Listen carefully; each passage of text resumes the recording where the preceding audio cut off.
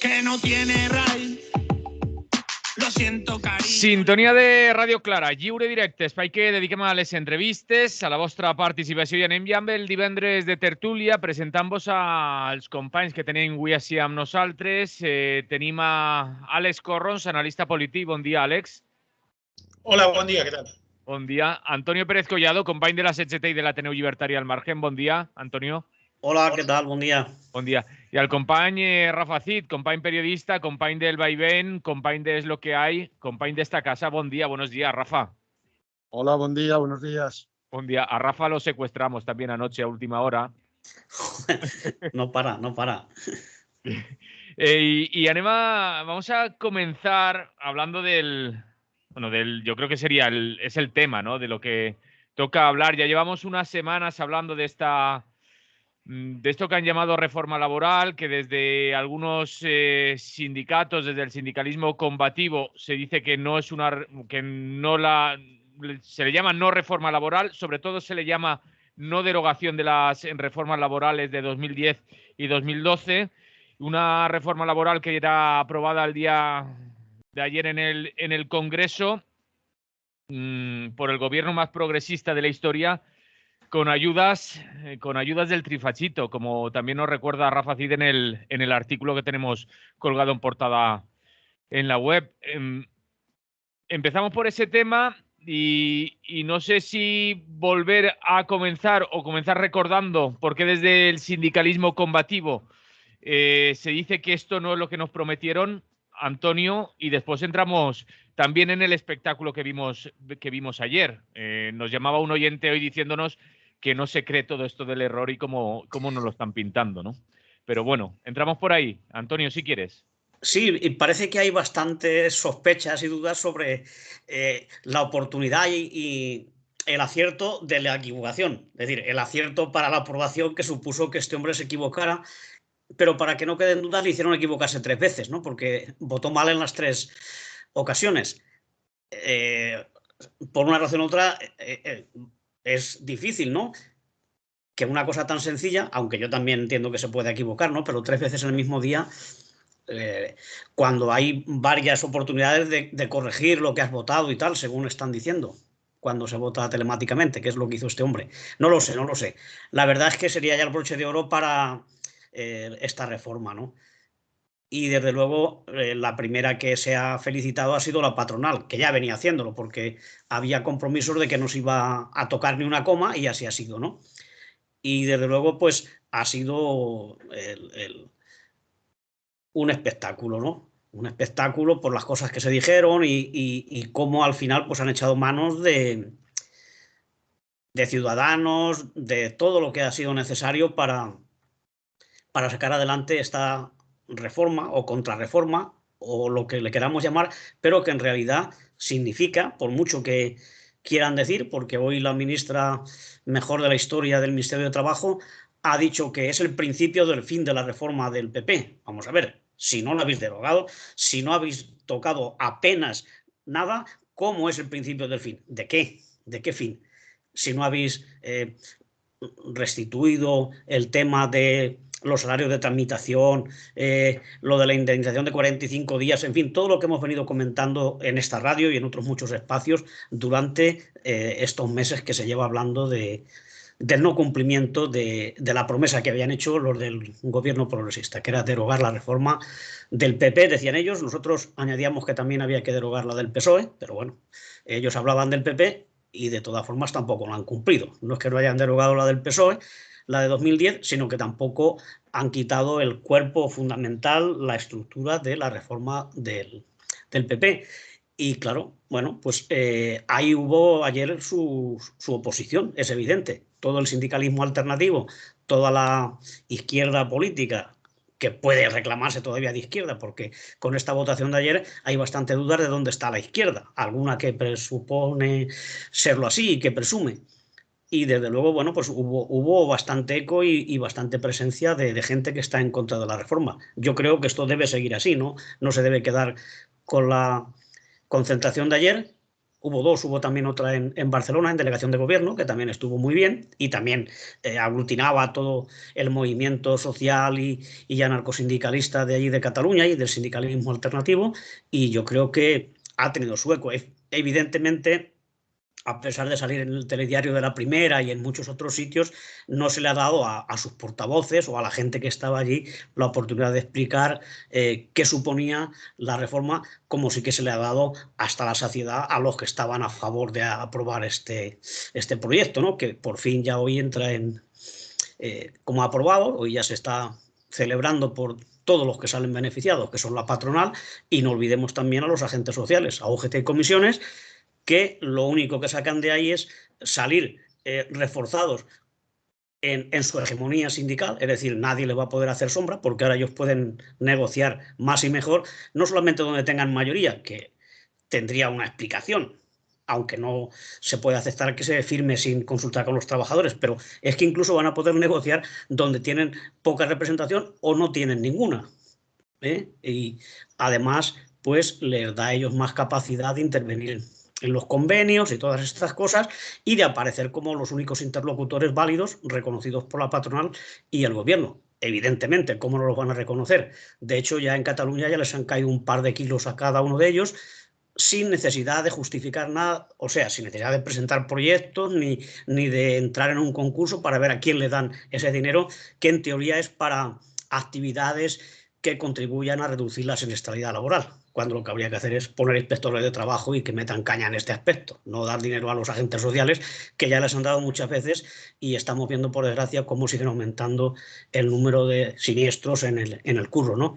Es decir, que salen beneficiados los agentes sociales, pero se lo han trabajado. La verdad es que lo han hecho muy bien y siguen dándole todo lo que necesita la patronal y ellos pues encantados de reconocerlos y de dejarles que sean los únicos, los mayoritarios y los únicos que salen en los espacios. Si ya estás en la calle y hay una huelga, pues igual tienen que nombrar a la CGT o a la CNT o a ELA o a quien toque en ese momento, ¿no? Pero desde luego siempre insisten los sindicatos mayoritarios, aunque no sean tan mayoritarios, y a ti, a los demás, insisten en que eres minoritario como una carga peyorativa de que te desautoriza para opinar o que no tienes razón, porque como eres minoritario, ¿qué vas a decir? No tienes ni idea, ¿no? Y entonces es muy difícil competir ahí.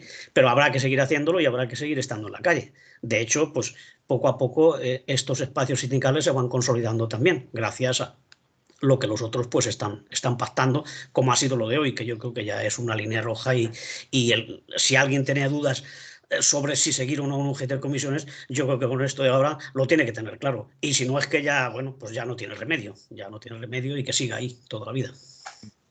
Rafa Cid.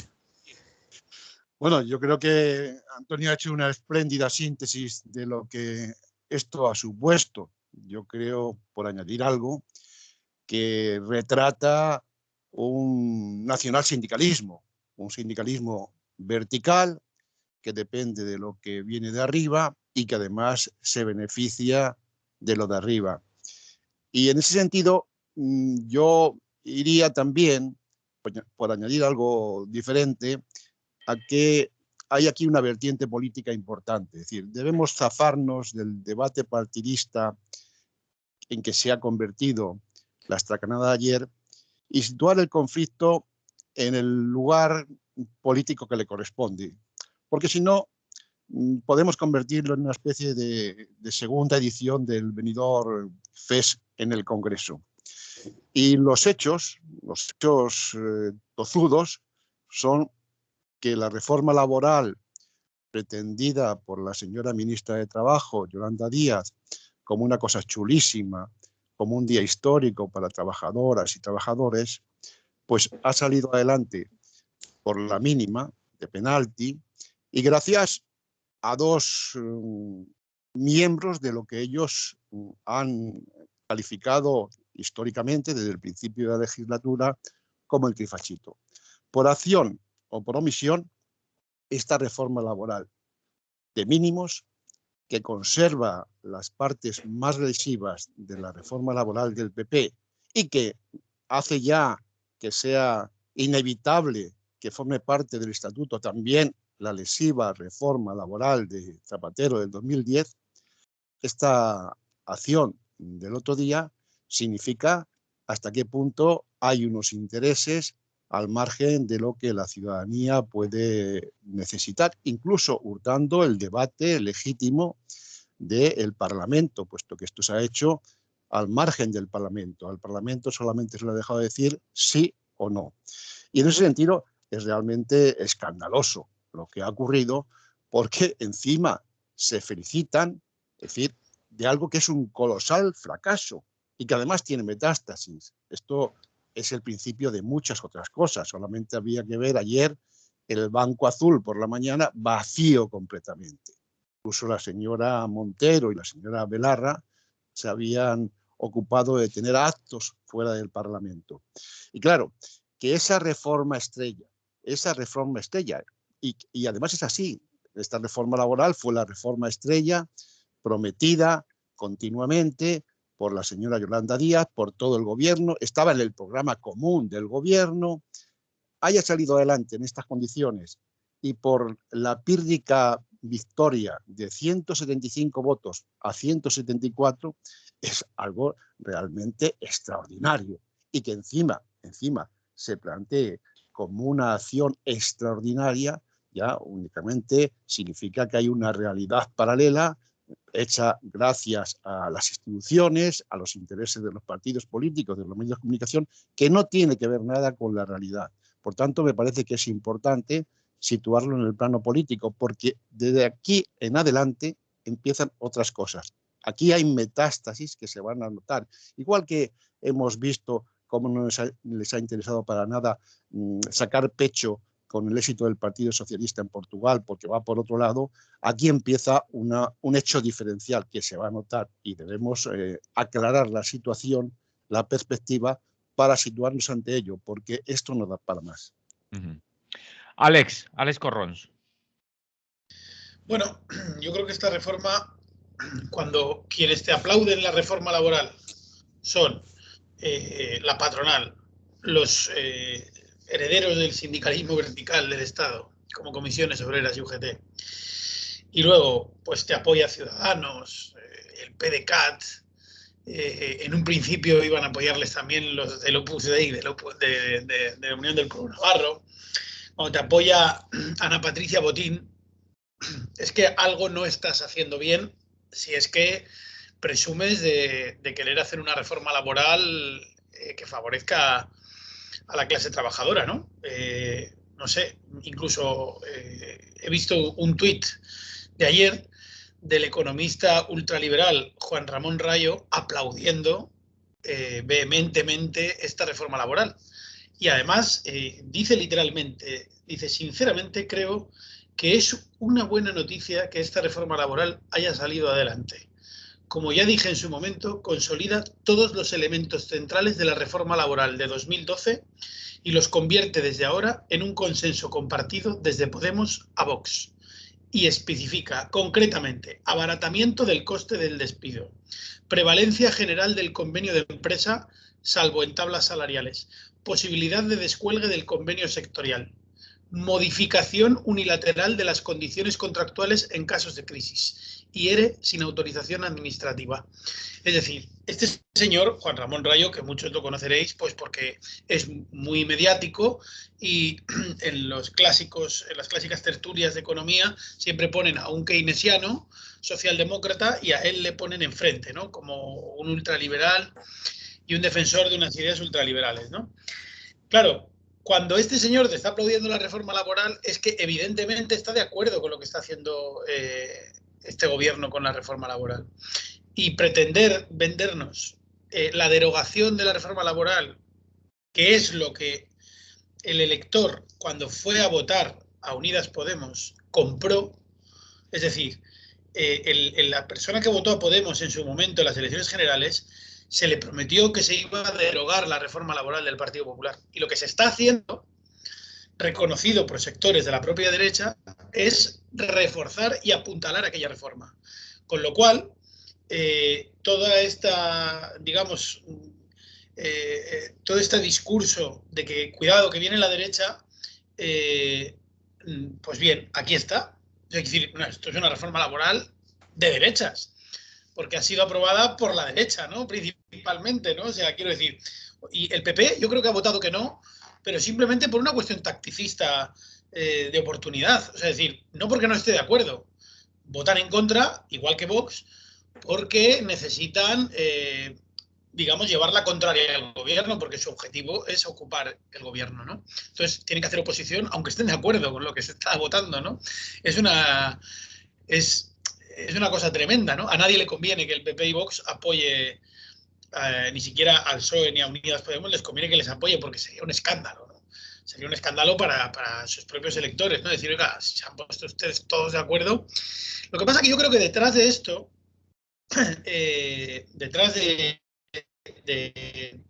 este ministerio está Yolanda Díaz, que se va a postular como presidenciable. Entonces, creo que no debemos de perder de vista que esta mujer tiene el objetivo de captar los votos y la atención de aquel electorado que nunca le ha puesto el ojo, como puede ser el electorado de Ciudadanos o incluso parte del electorado conservador o de centro izquierda o de centro derecha, ¿no? Es decir, que está haciendo una jugada como de intentar jugar a ser el PSOE, que el PSOE lo que lleva haciendo toda la vida es haciendo gestos un poquito a la izquierda, pero en realidad todas las medidas económicas son de derechas, ¿no? Entonces yo creo que aquí lo que se está mezclando es políticas de empleo, políticas de leyes laborales con los intereses de partidos políticos, que es lo que ayer denunciaba Yolanda Díaz en el Parlamento, pero es que ella misma, no sé si de forma consciente o inconsciente, o tal vez uno de los cientos de asesores que tienen, pues les están diciendo que tienen que actuar de determinada manera y mantener una línea discursiva, pero sobre todo aprobar unas leyes que den una imagen de cara al público de consenso social, ¿no? O sea, como resulta que la COE representa al 0,1% de los empresarios en España y las comisiones obreras y UGT representan a un porcentaje también nimio de todos los trabajadores que hay en el Estado español, eso ya es un consenso social. Es decir, nos han dejado fuera al 90% de la sociedad, ¿no?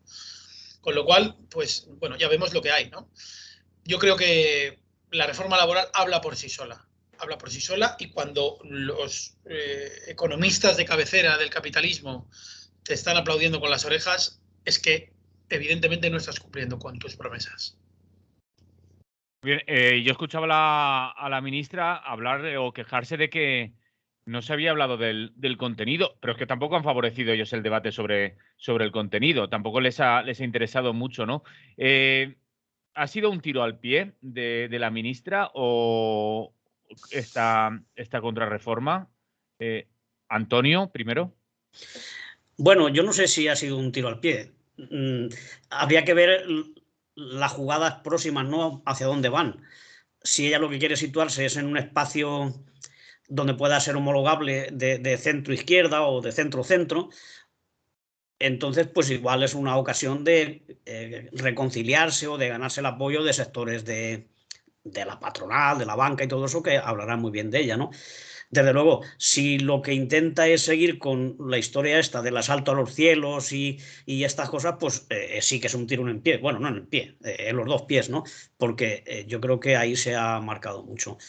Entonces habrá que ver cuáles son las próximas jugadas de Yolanda Díaz, que, como sabéis, se apresuró 2 años antes de que se convoquen las próximas elecciones generales, pues a decir que había que contar con la idea que ella tenía, donde ella no quería figurar, pero bueno, ella es la que está dando la cara y la que parece que lleva la voz cantante.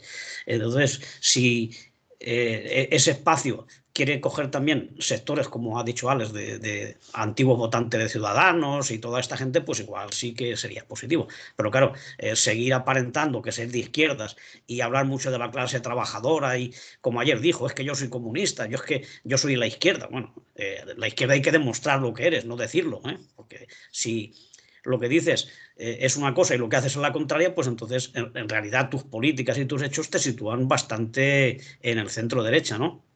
Y por eso, por lo que estamos comentando, de qué forma los banqueros, los economistas, la prensa del régimen y todo esto, pues están encantados con esta reforma, ¿no? Y es inconcebible lo tienen que intentar, pero de luego tiene poca credibilidad, pues que esté saliendo a decir que esto es el principio del fin de la precariedad y de la eventualidad. Bueno, la precariedad no es solamente que tengas un contrato más largo, de más duración, o que te puedan encadenar menos contratos de temporal. La precariedad viene determinada por los ingresos que tienes y por los salarios que hay de miseria en todos los sitios. Entonces, no hay ningún elemento que te diga que ahora va a mejorar mucho nuestros salarios, nuestra situación, o las pensiones, pongamos por caso. Luego hay sectores de los que se está diciendo que van a salir muy beneficiados, como las Kellys, y las Kellys están diciendo que por favor que no hable en nombre de ellas porque ellas las ha dejado otra vez tiradas, ¿no? Entonces, ahí está la cosa. Luego salen los sindicalistas diciendo también que ahora se van a poder negociar buenos convenios.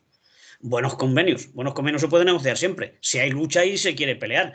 Si vas a seguir firmando por debajo del IPC o que el IPC medio este que han sacado ahora, que supone perder capacidad adquisitiva, pues los salarios tampoco van a ser muy buenos, ¿no? Es decir, está todo basado en promesas y yo creo que están necesitados ahora de sacar pues alguna cosa de esas simbólica, como subir otra vez el salario mínimo interprofesional, que ya lo están diciendo, que eso va a ser lo próximo, que las cosas no acaban con esta reforma, sino que van a seguir negociando y mejorando. Pero bueno, ahí tenemos también pendiente el tema de la reforma de las pensiones y todo eso, donde tampoco se ve que vayamos a mejorar mucho. Es decir, que se abre un espacio donde esta izquierda que había venido a ilusionar a la gente, pues parece que la ha desilusionado mucho antes de lo que se esperaba. Y yo no veo otra salida, ¿no?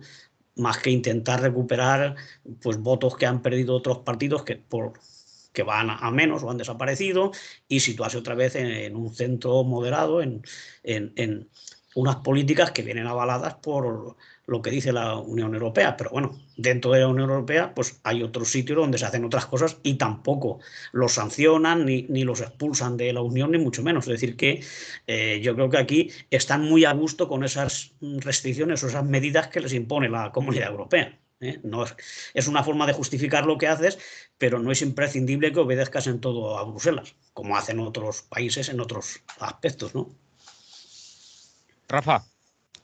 Bien, yo creo que el proyecto país de Yolanda Díaz, de Compromís y de Más País, está muerto. Es decir, murió ayer con el espectáculo de presentar como un éxito extraordinario algo que realmente es todo lo contrario. Y ya digo, aparte de haber sido votado precisamente por sus adversarios políticos más concienzudos. Y efectivamente ella tiene que sacar pecho, bueno, como ha hecho en otros sitios. Hay que recordar la historia política de Yolanda Díaz. Yolanda Díaz es la factotum de que en su Galicia natal desaparecieran las mareas. Ella se puso al frente de las mareas en las últimas elecciones autonómicas y fue un rotundo fracaso, un rotundo fracaso. Las mareas que tenían la alcaldía de las ciudades más importantes de Galicia, Santiago, A Coruña, Ferrol, etcétera, etcétera. Y viene en Madrid y de nuevo pues se pone al frente de una incursión mediática, paternalista, con tintes añejos de un sindicalismo vertical, y llega hasta ayer donde se desfonda completamente y viene lo que yo califico que serán metástasis importantes. A mí, la verdad es que no me llama la atención que economistas o políticos neoliberales lo celebren. Está en su papel, es lo suyo. Lo que me parece realmente increíble es que aquellos que se definen de la izquierda y de la izquierda más radical, que son miembros, ni siquiera son miembros de Podemos ni de Izquierda Unida, sino del Partido Comunista, esto lo planteen como el no va más. Es realmente extraordinario. Pero si uno mira la historia reciente de la transición para acá, precisamente las grandes regresiones económicas y sociales se han producido cuando había una supuesta izquierda en el poder que evitaba que la calle se movilizara. Es decir, la destrucción de la sociedad civil la hace la supuesta izquierda en el poder. Y por tanto, eso es de una enorme gravedad, porque precisamente cuando la derecha ejerce sus funciones y se la ve venir, lo que provoca realmente es una reacción, una revitalización de la sociedad civil. Sin embargo, con personajes como Yolanda Díaz, que ya digo, creo que está en su ocaso. Lo que se produce en la sociedad es todo lo contrario, porque hay una realidad paralela creada por los medios de comunicación, por la situación institucional, que permite una cierta ilusión que se va desvaneciendo poco a poco. Y luego hay una quiebra democrática en el orden político realmente extraordinaria. Es decir, ayer se ha vuelto a repetir el mantra que se ha utilizado reiteradamente para reforzar la capacidad, digamos, disciplinaria de los partidos políticos. Ayer se ha vuelto a hablar de traidores, de tránsfugas, de disciplina de voto, porque unos señores de la muy derechista Unión del Pueblo Navarro no hicieron caso a la dirección de su partido. Y hoy vemos en la prensa, fundamentalmente la que se sitúa alrededor del gobierno actual de PSOE y Unidos Podemos, que hay descalificaciones sobre eso. Mire usted, pues resulta que precisamente lo democrático es que no haya disciplina de voto. Lo antidemocrático es que el voto del diputado, que es personal, en España no hay mandato imperativo, y lo dice la Constitución, el artículo 67.2, no hay mandato imperativo, igual que el voto en las elecciones no es obligatorio. Y sin embargo, lo que hay es una loa a la disciplina de voto, que es simplemente reforzar la autoridad del partido y que la representación de los ciudadanos, que está expresa en el voto que deposita, pues se extinga y vayamos cada vez más a un sistema autocrático y no democrático. Esta es la segunda lectura de lo de ayer. Pero es que además tiene mucha gracia que lo dicen precisamente aquellos que han nacido a la política y que han podido realmente hacer ese gobierno de coalición de izquierdas, el más progresista de transición para acá, que nacieron a esta situación precisamente rompiendo la disciplina de voto. El sanchismo nace cuando en enero del 2021 15 diputados sanchistas del PSOE se niegan a aceptar la propuesta de la dirección del Partido Socialista de abstenerse en la investidura de Mariano Rajoy. Bien, esto es una consecuencia, es un daño colateral importantísimo, que perjudica a la calidad democrática.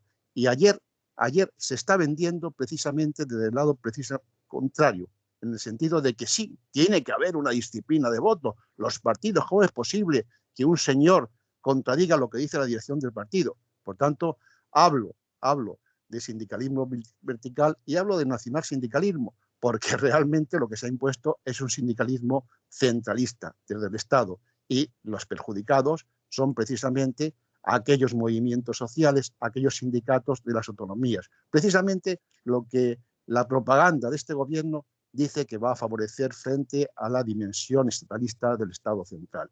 Es curioso. Alex. Sí, bueno, añadir, ¿no?, que el tema de la votación de ayer, pues, bueno, es una anécdota, ¿no?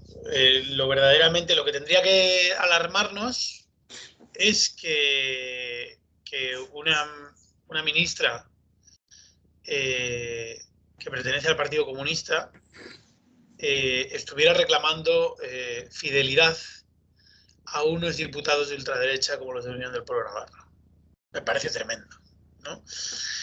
Y fuera parte de esto, más en el ámbito jurídico, porque estoy viendo a Pablo Casado diciendo que quiere reclamar, ¿no?, el error del diputado que supuestamente ha cometido, ¿no?, porque ahora dicen que ha votado que no y que la Cámara ha recogido que sí. Bueno, eso habría que demostrarlo, pero en cualquier caso, si ha votado por error, que el jefe de ese partido decida lo que tienen que votar el resto de los diputados de ese grupo parlamentario está en contra de la propia Constitución española, que tanto dicen defender. Como muy bien ha dicho Rafa, el artículo 67.2 descarta el mandato imperativo, es decir, el líder de un partido político no puede ordenar al resto lo que tienen que votar, aunque sabemos de sobra que lo hacen, y lo hacen habitualmente.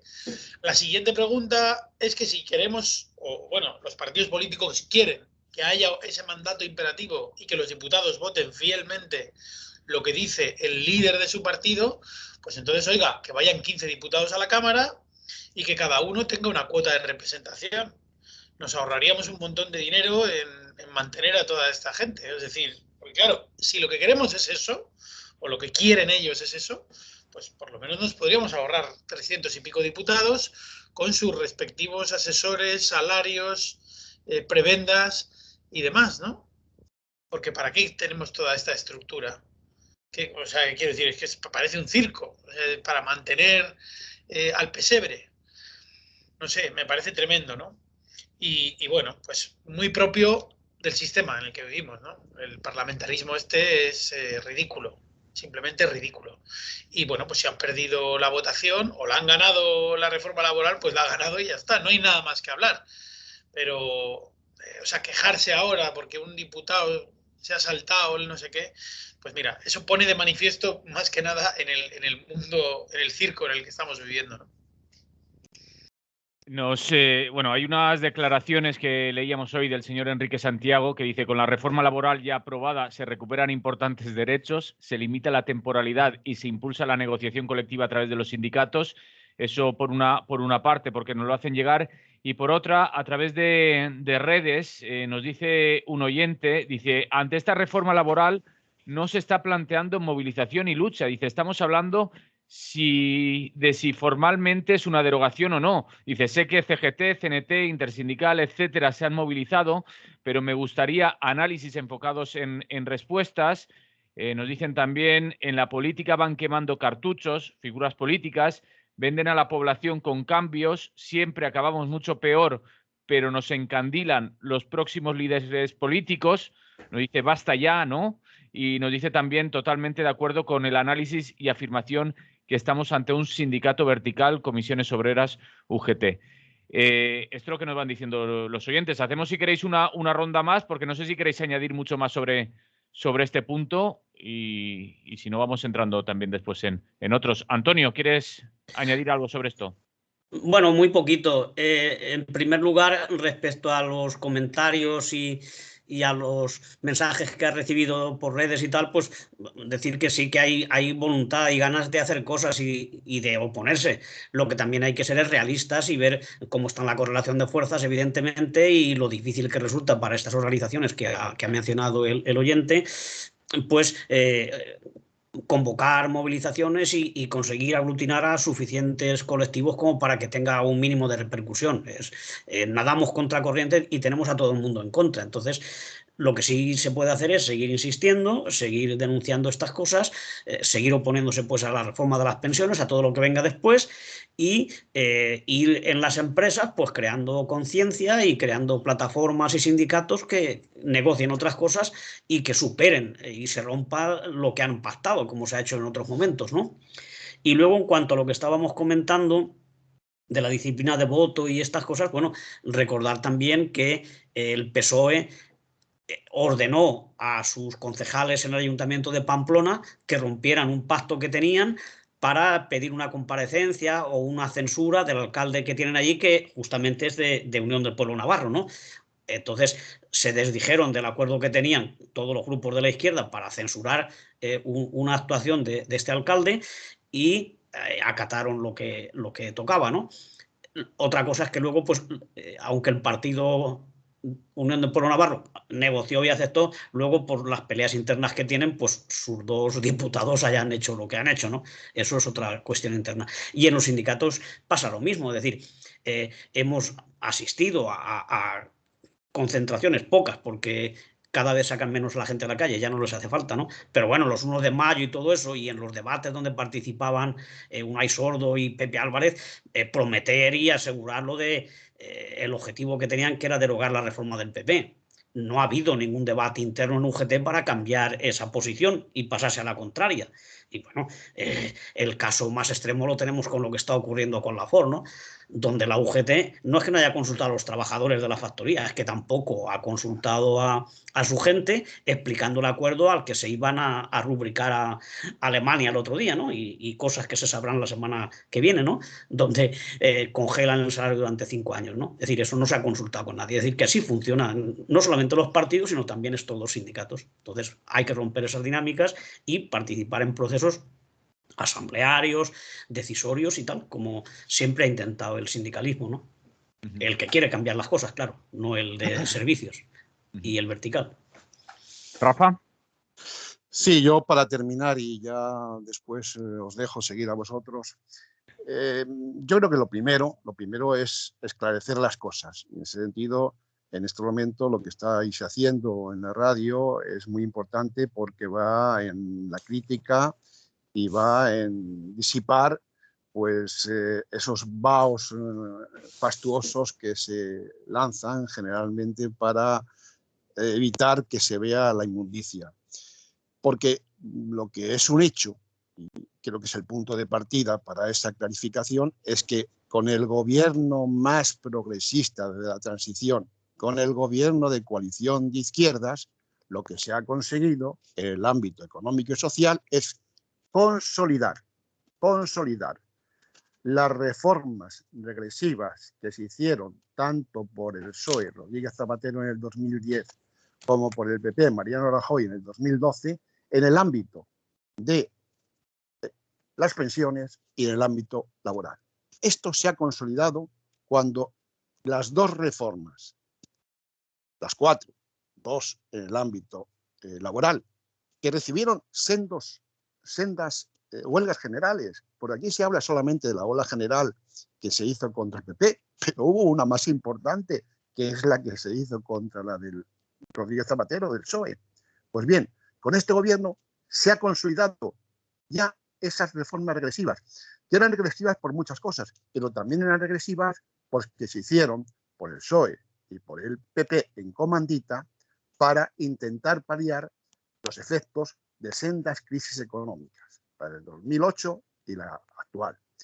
Y lo primero, insisto, es clarificar eso, que la gente lo comprenda. Es decir, que es gracias a ese gobierno tan ilusionante, se han producido estas situaciones y que además, debido a que todavía permanece la ilusión, pues hay una desmovilización general de la calle. No existe respuesta. Incluso, insisto, en regresiones democráticas que nos llevan a eso que yo califico de nuevo nacionalsindicalismo. Es decir, ver al señor secretario general de UGT decir, como ha dicho, y además nadie le ha llevado la contraria ni le ha afeado esa respuesta, que qué coño iba a hacer el Parlamento, que no hubieran ellos hecho ya en el consenso con la COE, que ellos son los que saben de eso y que el Parlamento no tenía por qué intervenir nada más que decir sí o no. Bueno, esto es realmente propio de sistemas autocráticos. Es decir, un sindicalismo subvencionado por el Estado, que está además lleno de corrupción. Ahí están los seres de Andalucía, ahí está ese caso que se ha destapado recientemente, que ha llevado a la dimisión del secretario general de la UGT de Madrid, porque ha denunciado corrupción en los fondos de formación. Se permita decir que son ellos los que con su sola opinión, su sola convergencia con la patronal, deciden cuál es la normativa que tiene que informar este país, es algo realmente que yo no sé si en China existe, aunque de allí no hay sindicatos. Bueno, es realmente extraordinario.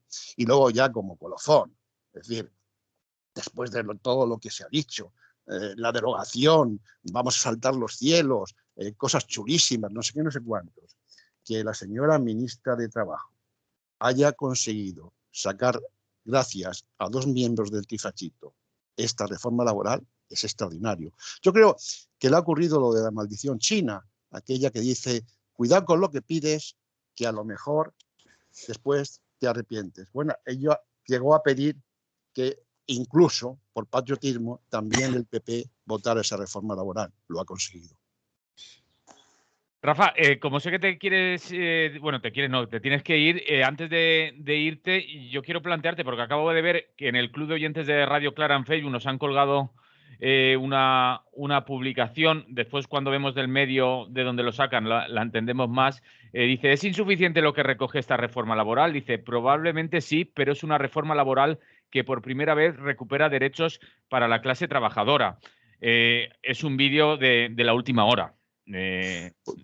Y relacionado con esto, también leíamos esta mañana a través de redes sociales, algún compañero compartía una tabla que se ha elaborado desde CGT Cataluña, recogiendo los puntos de las reformas laborales de 2010 y 2012 y explicando lo que se había tocado y lo que no, o sea, prácticamente lo que no, que se quedaba igual, y alguien le decía, me resisto a creer, a pensar que la reforma laboral es esto. Dice, tiene que haber algo positivo, porque si la han apoyado Unidas Podemos, Comisiones Obreras y UGT, dice, algo positivo tiene que tener para los trabajadores.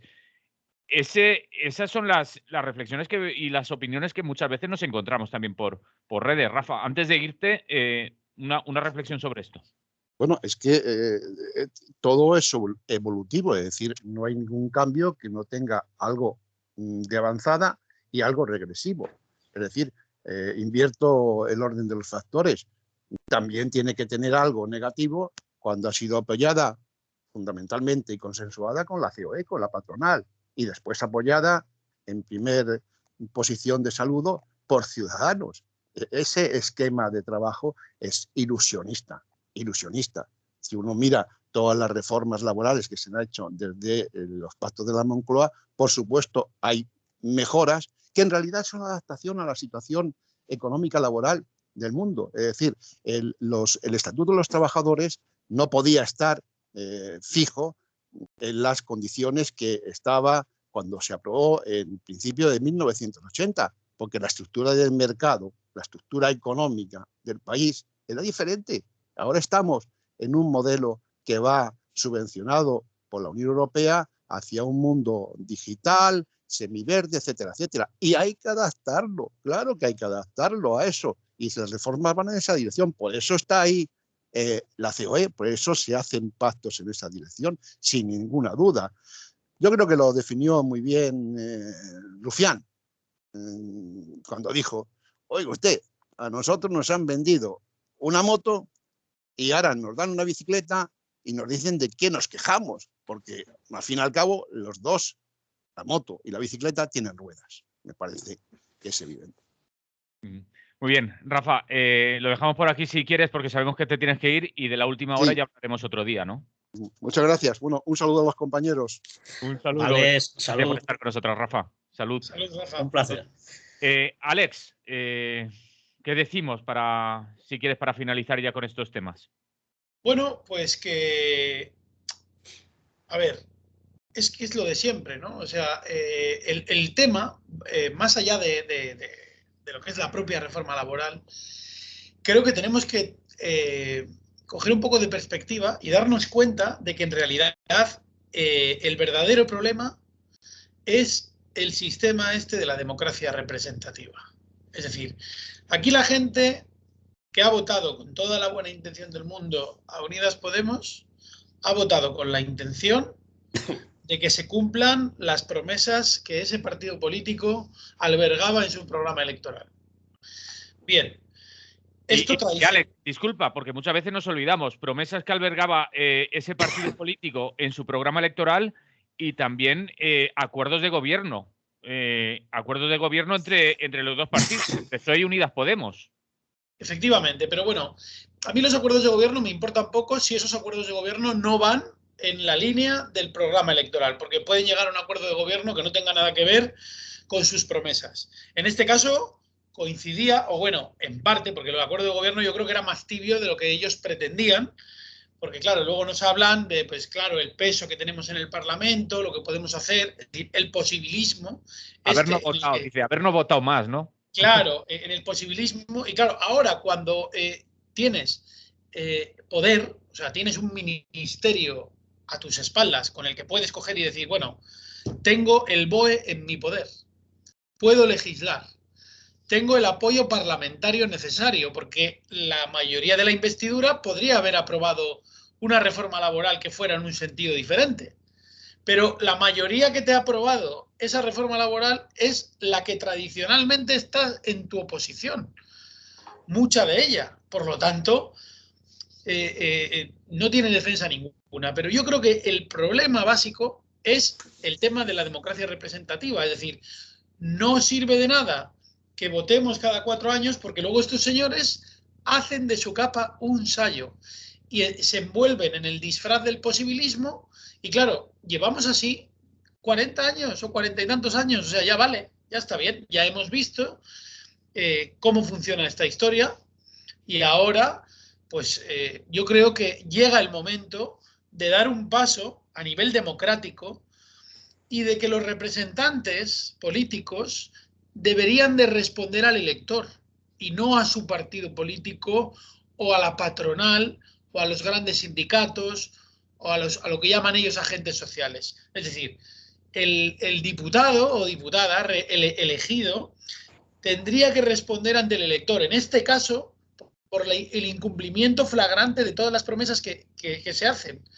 Porque aquí no solo ya es la reforma laboral, la ley Mordaza, ahora nos meten la ley de seguridad nacional. Estos son atropellos que los podría haber hecho perfectamente Rajoy o Zapatero o Felipe González o Aznar, da lo mismo. Es decir, es que nos están diciendo, cuando se dice que todos los políticos son iguales y enseguida salen políticos de izquierda diciendo, hombre, no todos los políticos son iguales.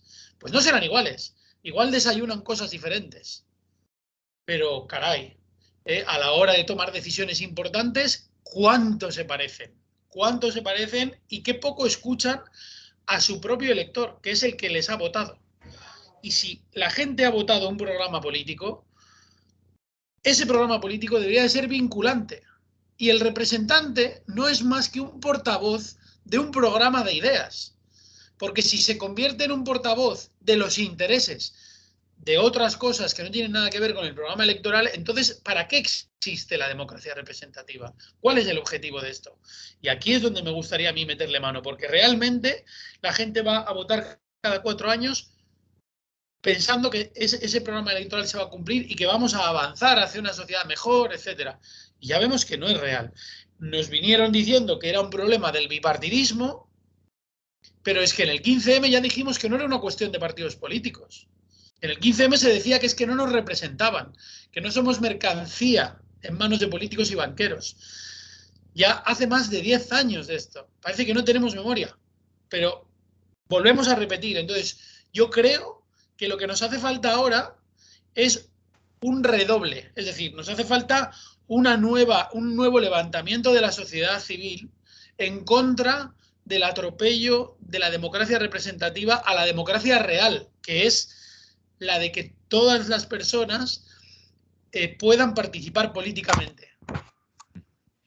Muy bien, Antonio, no sé si quieres añadir algo más de este punto, si no vamos a entrar también en otro que tenemos también importante y que últimamente creo que no se le está prestando la atención que se merece, y es en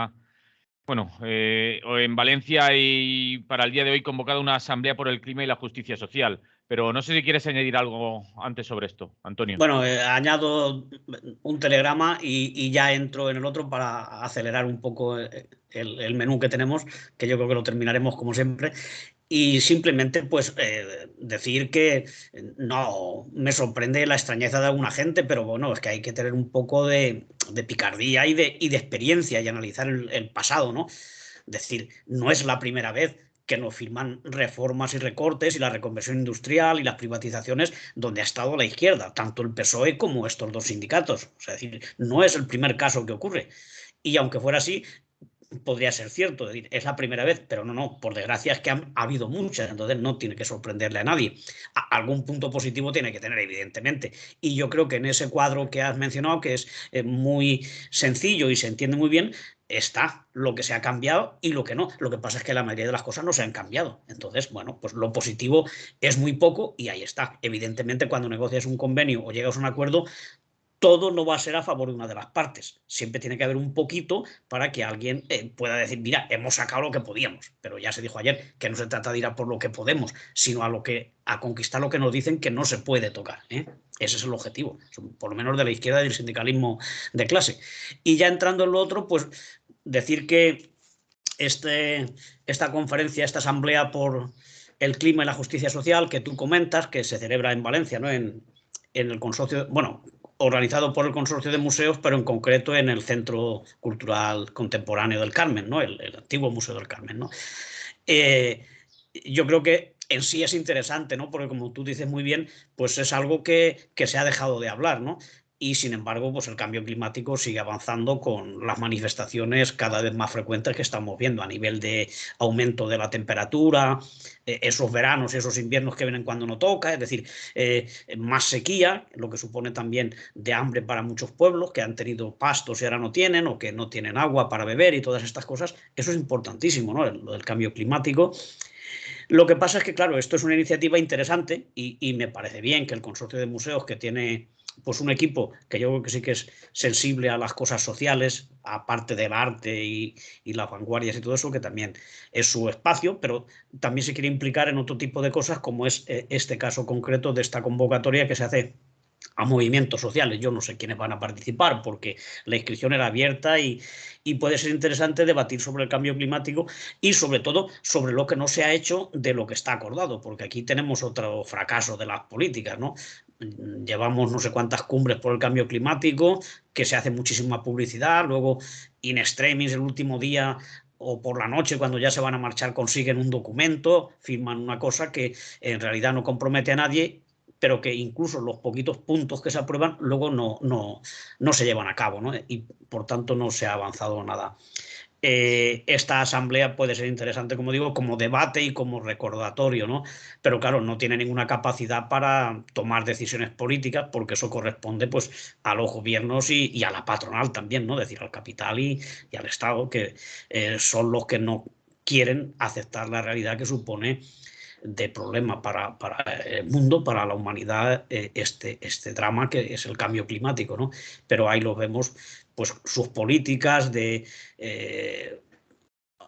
un poquito aparentar que están sensibilizados porque intentan retirar algunas bolsas de plástico, las que no se pagaban, las que se pagan sí que se pueden usar, pues los carriles bici, todas estas cosas que quedan muy bonitas y tal, plantar más árboles porque es necesario para respirar y para quitar algo de calor de las calles, pero luego vemos que se sigue apostando por autovías, por trenes de alta velocidad, por puertos, por megaproyectos, ¿no? Es decir, dan una de cal y bastantes más de arena. Y yo creo que es la clase política la que tiene que entrar y cambiar el modelo, ¿no? Claro, nuestro papel es presionar para que lo hagan, ¿no?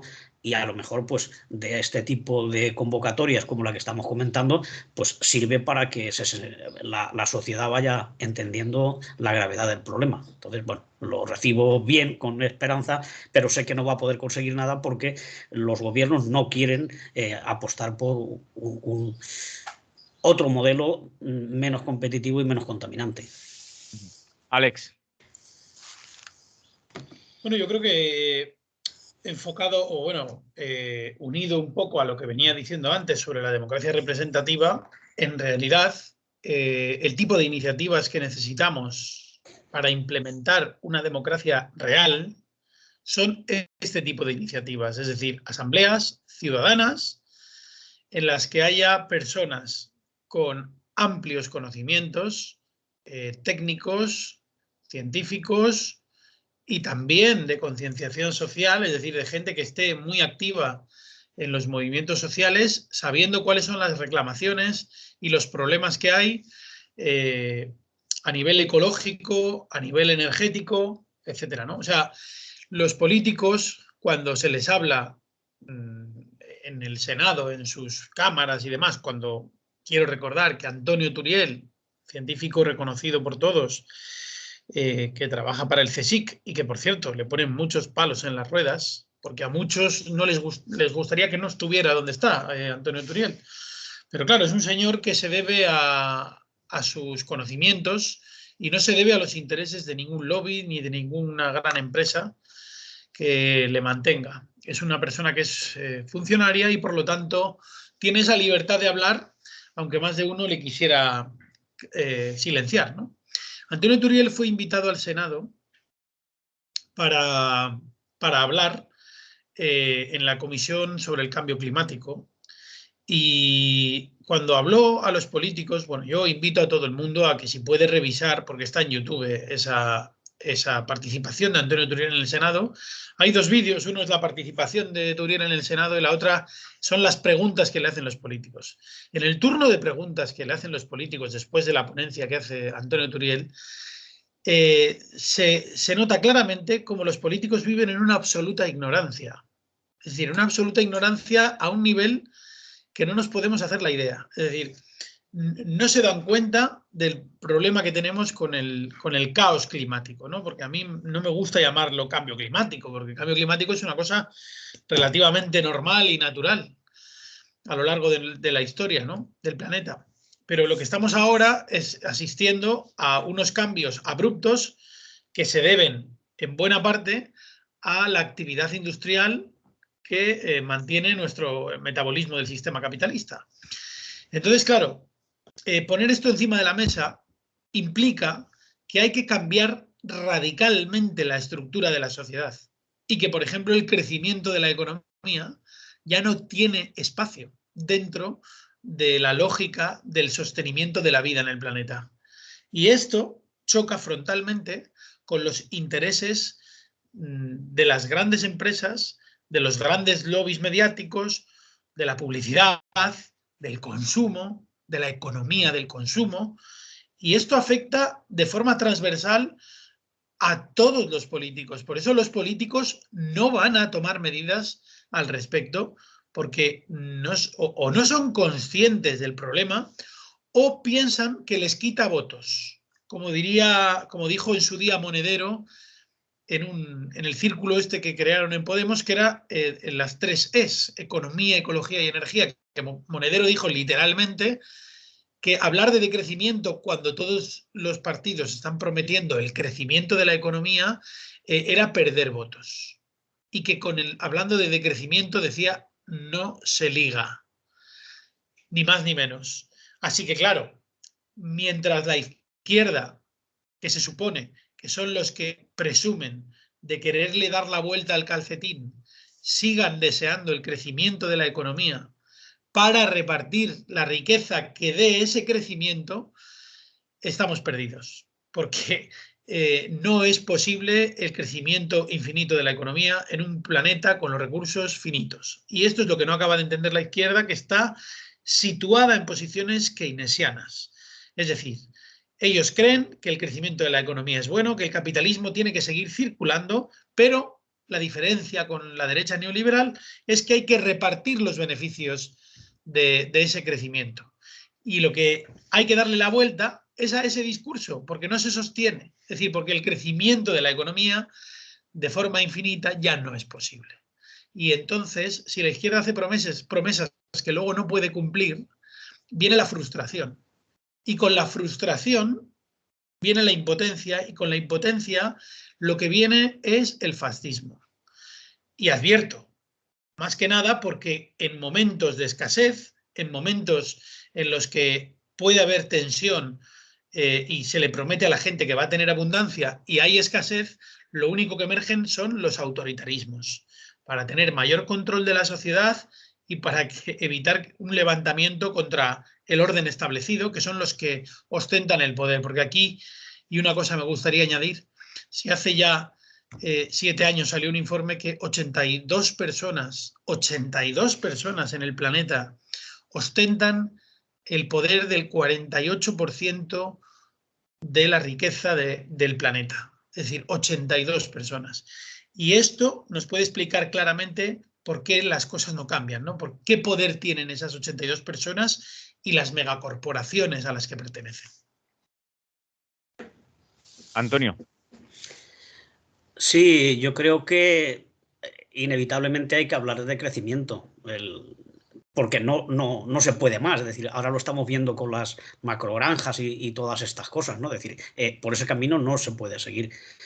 Y luego, pues el tema también de las energías, porque como sabéis, recientemente la Unión Europea ha ratificado esa decisión que tenía para clasificar como verdes las energías procedentes del gas y de lo nuclear, ¿no? Es decir, dos energías que son peligrosísimas y que los riesgos que suponen se quieren catalogar como verdes para que las empresas que invierten en esos sectores puedan beneficiarse de las ayudas que había para las energías renovables, ¿no? Con lo cual, pues se deja de apostar, en definitiva, con el impulso que merece el tema de la eólica y la solar, ¿no? Menos mal, el gobierno español no estaba por esa vía, pero claro, está en minoría y tampoco va a suponer mucho. Aquí también sabemos que se prorrogó por 2 veces la vida de las nucleares, ¿no? Que aquí tenemos la de Ecofrentes y que Tanque Ecofrentes está haciendo bastante campaña por el tema de que se tiene que cerrar y desmantelar, porque no hay futuro por esa vía, ¿no? Pero es evidente que al ritmo que vamos, el planeta no puede aguantar este ritmo de contaminación y de explotación. Entonces sí que se debe hablar de crecimiento, de otro modelo económico y social. ¿Y quién tiene que hacerlo? Evidentemente la izquierda y los movimientos sociales, no lo va a hacer la derecha. Pero claro, si prima el objetivo de ganar votos y ganar elecciones, pues evidentemente no se va a hacer y se queda pues en declaraciones y, como decía yo hace un momento, ¿no? En medidas complementarias, un poco de cara a la galería, pero que en realidad no cuestionan el foco del problema.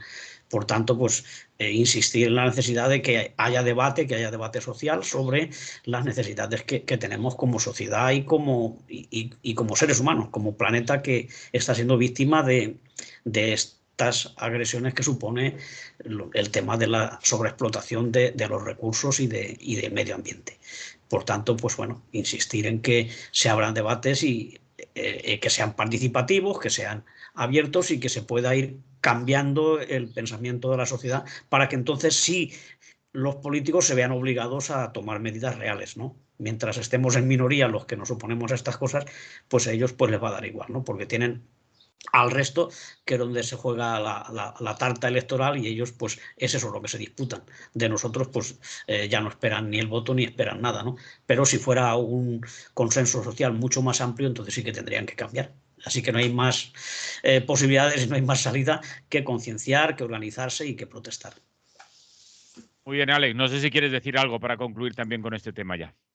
¿Algo más? No, simplemente que creo que conviene que nos organicemos como sociedad y que participemos en este tipo de iniciativas, y no solamente para el tema climático, ¿no? Sino podríamos perfectamente organizar para otro tipo de asuntos, como por ejemplo el tema laboral, ¿no? Es decir, creo que igual deberíamos de salir de nuestras burbujas, por así decir, y crear movimientos sociales que fueran absolutamente abiertos a la participación popular, más allá de las filiaciones políticas y de los carnés, ¿no? De pertenencia a un partido, a un sindicato, a un no sé qué, sino que organizar un poco a la sociedad civil, intentar organizarse un poco al estilo del 15M, ¿no? Es decir, pero un 15M que realmente sea útil, que sea práctico para que la sociedad tenga capacidad de empoderamiento. Tenemos una llamada que dice que quiere decir algo sobre el tema que estamos tratando. Buen día, buenos días. Buen día, soy Constantí de Mislata. Dinos, Constantí. Yo esperaba que los políticos europeos y los de aquí fuesen más imaginativos, tuviesen más capacidades de ver el futuro que de las energías renovables, pero por lo visto el que quieren considerar como energías verdes el gas y la energía nuclear me parece una tomadura de pelo increíble, y más teniendo en cuenta que las energías renovables ocupan menos del 30 o del 40% en algunos países y en otros no llegan ni al 15%. O sea que no se ha llegado al 100% de las energías renovables, y hay unas que están dormidas o orbitando, que además de la energía solar y de la energía solar total que incluye la energía solar con infrarrojos, rayos X, rayos gamma y rayos ultravioleta que no se están aprovechando por ahora, la energía eólica que está minusvalorada porque no se ha llegado a aprovechar incluso la energía eólica que se llama ciclónica, que es una energía eólica basada en el no viento, o sea, en la calma chicha, debido a la diferencia de temperatura que hay entre el suelo y el aire. Y ahí se podía aprovechar la energía ciclónica de una manera increíble. Pues está la energía geotérmica, que está muerta de risa, y en las Islas Canarias tenemos energías geotérmicas punta pala, y en el País Valenciano tenemos un sitio que hay una central nuclear, que es Confrente, y al lado hay una energía geotérmica que se aprovecha para las piscinas estas de calor, para la gente que se cure de las enfermedades de la piel y demás.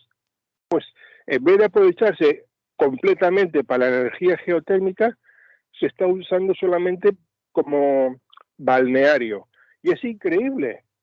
Todas las demás energías ¿cómo se llama esta? Renovables, no se están aprovechando al 100%. Y los políticos, pues mira, verde lo que es oscuro. Salud y anarquía. Salud, gracias por llamar, Constantí. Salud. Desde luego que lo de considerar la energía nuclear y el gas como energía verde, eso ya es hace falta imaginación. Hacérselo mirar mucho, ¿no? Ya sin entrar en otros temas, pero eso ya es para... Bueno, ¿cambiamos de tema, queréis? ¿O se os queda algo por decir? Bueno, añadir a esto que ha dicho Constantí, que efectivamente las energías renovables... ¿Se nos ha caído Alex? Se nos ha caído la conexión. Ahora os recupero. Alex, pues, no, se vuelve a caer, ¿no? Sí. Yo ahora os escucho a los dos perfectamente. Vale. No, decía que las energías renovables efectivamente están poco aprovechadas, y es una tomadura de pelo, ¿no? Que nos pongan que la energía nuclear es una energía verde, etcétera, el gas y demás. Bueno, ya lo hacían con el etiquetado de los vehículos que van a gas, también tienen la etiqueta eco, no lo olvidemos. O sea, que prácticamente me resulta chistoso. No sé si esto lo patrocina el gobierno de Argelia o el de Putin. Pero es que resulta más chiste cuando dicen es verde hasta el año, es que no sé hasta qué año han dicho, hasta tal año la vamos a considerar verde, a partir de ese año ya... Y luego ya...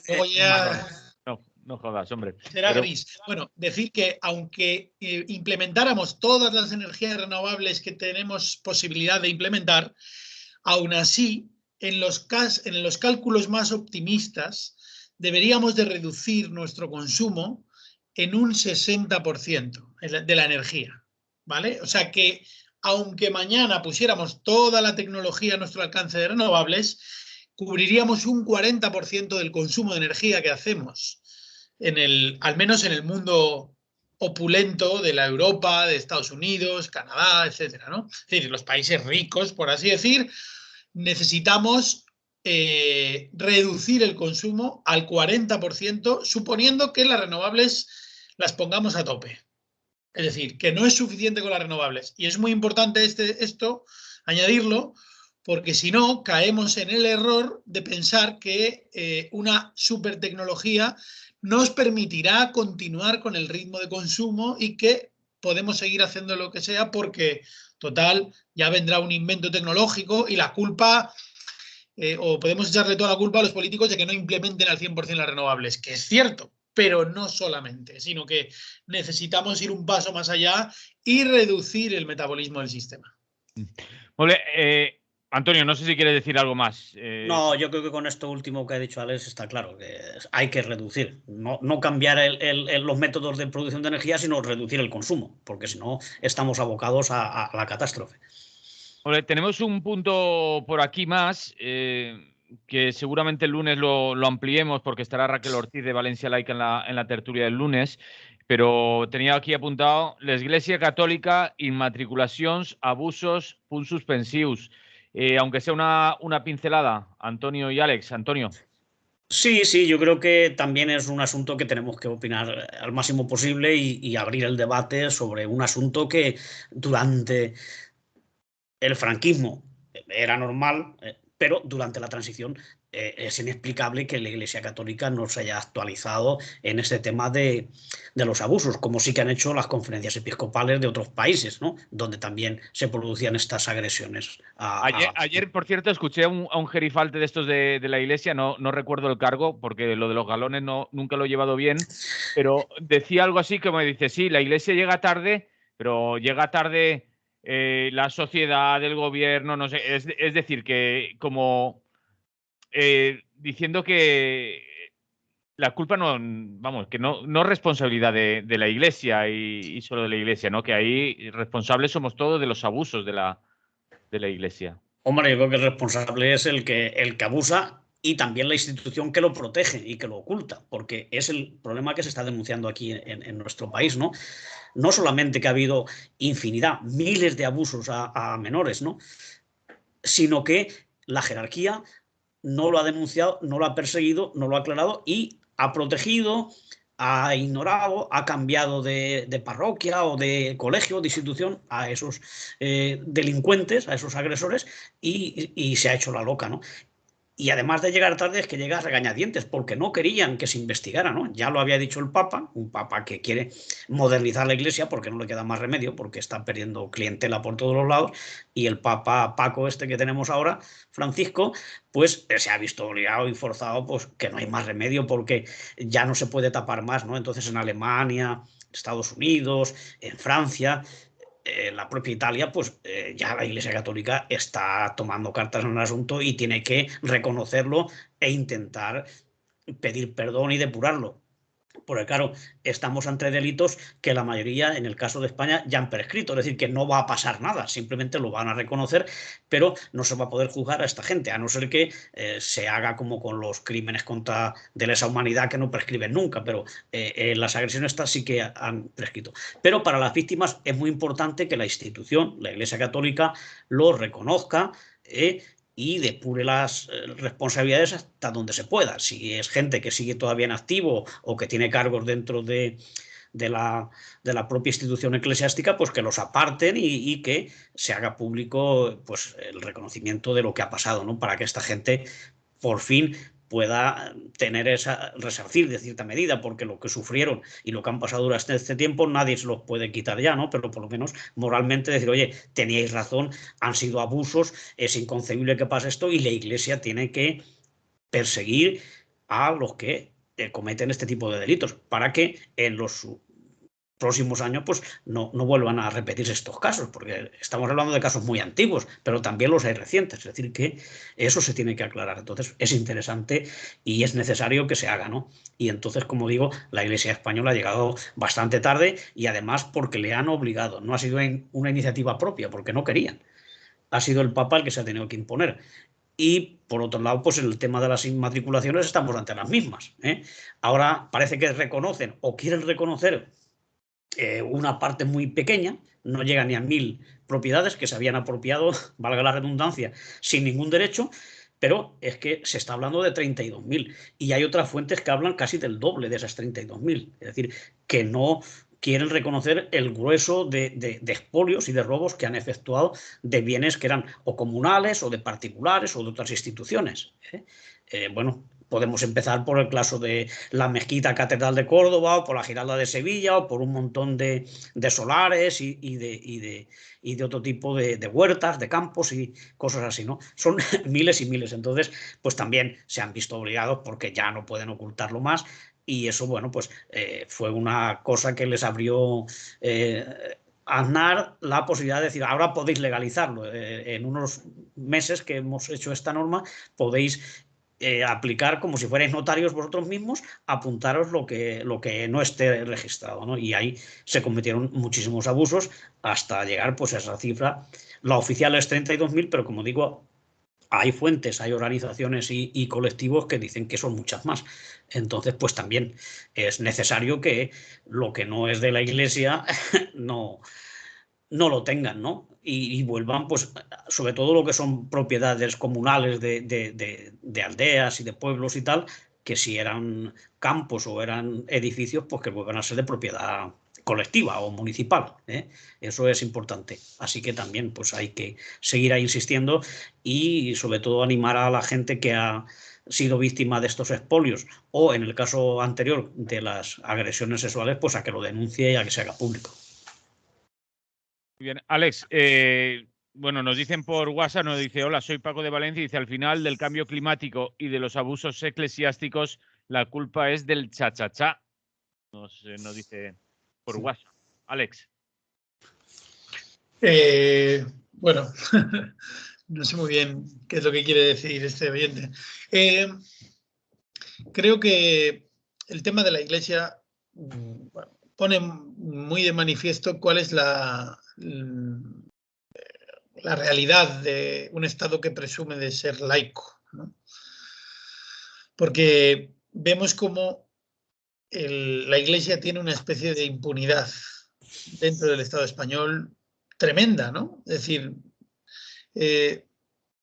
parece que con este tema de las inmatriculaciones y demás, lo que han hecho es un maquillaje. Es decir, es que esto de la socialdemocracia es el maquillaje perfecto para que todo siga igual. Es decir, estos señores lo único que han hecho es reconocer un 1% de todo lo que se han apropiado para que todo siga igual, para que los gobernantes salgan en la foto bien parados, como diciendo, bueno, le hemos metido mano a la Iglesia, y por otra parte la Iglesia diga, bueno, yo me quedo con el 90 y tantos % de lo que tenía, y al final todo se queda igual.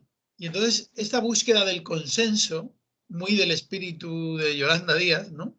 Muy del espíritu de la socialdemocracia, ¿no? De decir, bueno, hemos conseguido satisfacer a todos los sectores de la población, ¿no? No, señora, no.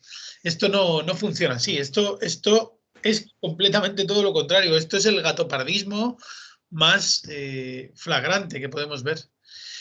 Y respecto al tema de los abusos, bueno, esto no tiene nombre, no tiene nombre. O sea, decir, pero esto ya es una cuestión de que hay que investigar a las estructuras de poder de la Iglesia Católica como una estructura criminal, porque no es ya que haya sacerdotes que hagan abusos sexuales de menores, no son casos aislados, son cientos de casos, miles en todo el planeta, miles, decenas de miles, en Estados Unidos están demostrados miles, en Europa y en muchos otros sitios del mundo, que a saber, ¿no? Donde no hay tanto control, donde no hay tanta historia. El problema de la Iglesia Católica, de las estructuras del poder de la Iglesia, es que durante siglos han estado tapando y ocultando estos abusos. Porque yo he tenido un familiar cercano que ha sufrido estos abusos de pequeño, en un colegio religioso. Y en aquella época, porque estoy hablando de los años 40, esas cosas se tapaban de forma sistemática, pero pasaba en todos los colegios, había algún religioso que cometía estos actos. Y el problema es que si han seguido sucediendo es precisamente porque la estructura de poder de la Iglesia lo ha tapado, ha sido cómplice y simplemente lo ha tratado como un pecadillo, ¿no? No, es que, bueno, han caído en el pecado, ¿no?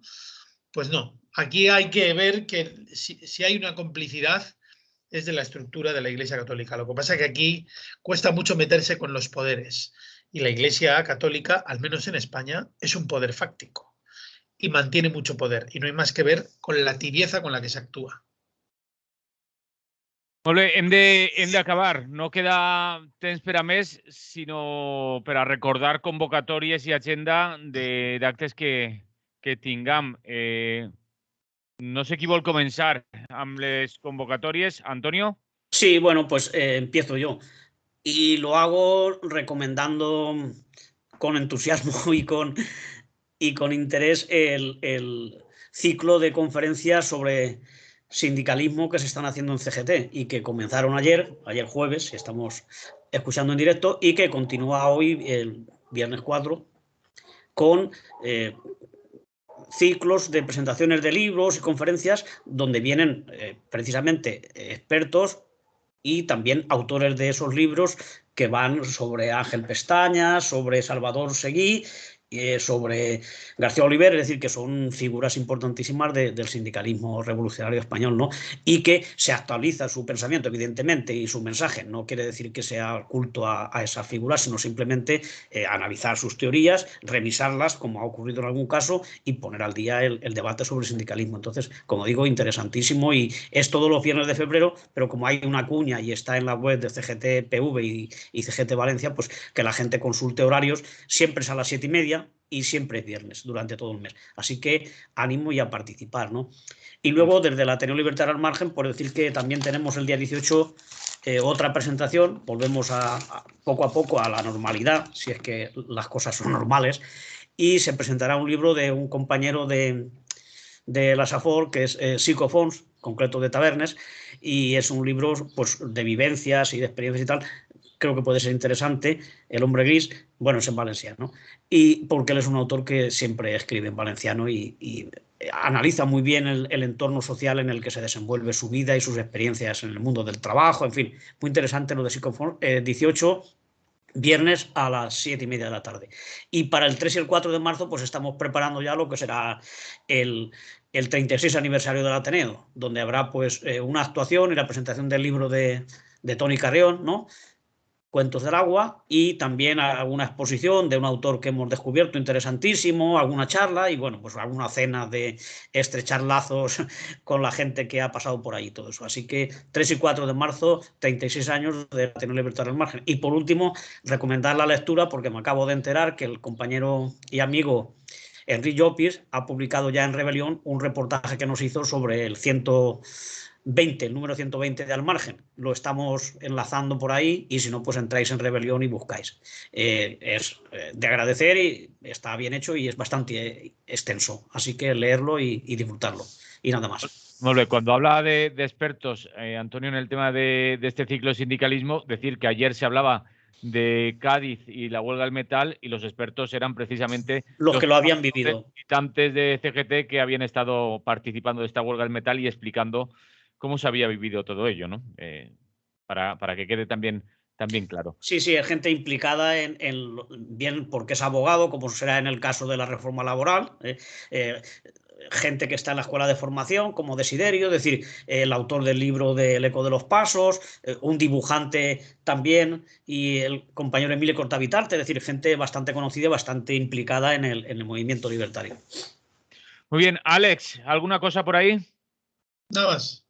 Pues lo dejamos por aquí. Nos escribía el compañero que nos había mandado el WhatsApp. Dice: lo que quiero decir con cierta actitud es que, como son poderes totalmente capitalistas que solo pretenden seguir acumulando ganancias siempre y no se sienten culpables de lo que están haciendo, son el sistema sistemático. Es lo que nos decía el oyente que nos escribía antes. Bueno, acabamos. Muchas gracias. Vale, pues gracias a los que nos han escuchado y a ti por poner los medios. Para eso estamos. Antonio Pérez Collado, company de CGT i de l'Ateneu Llibertari al Margen, Àlex Corrons, analista polític, i hem tingut abans també el company Rafa Cid, company periodista, company del Vaivén, company d'Es lo que hay. Salut i fins la propera. Una abraçada. Muy bien. Nos escuchamos. Lliure directe Radio Clara, jo m'acomiade ja fins dilluns, que torna a estar així amb totes i tots vosaltres a este espai d'entrevistes del Lliure Directe Radio Clara. Salut i fins dilluns. Cuando un tío está en la cárcel, y si no sale de la cárcel, por lo menos sale la voz. La voz no hay que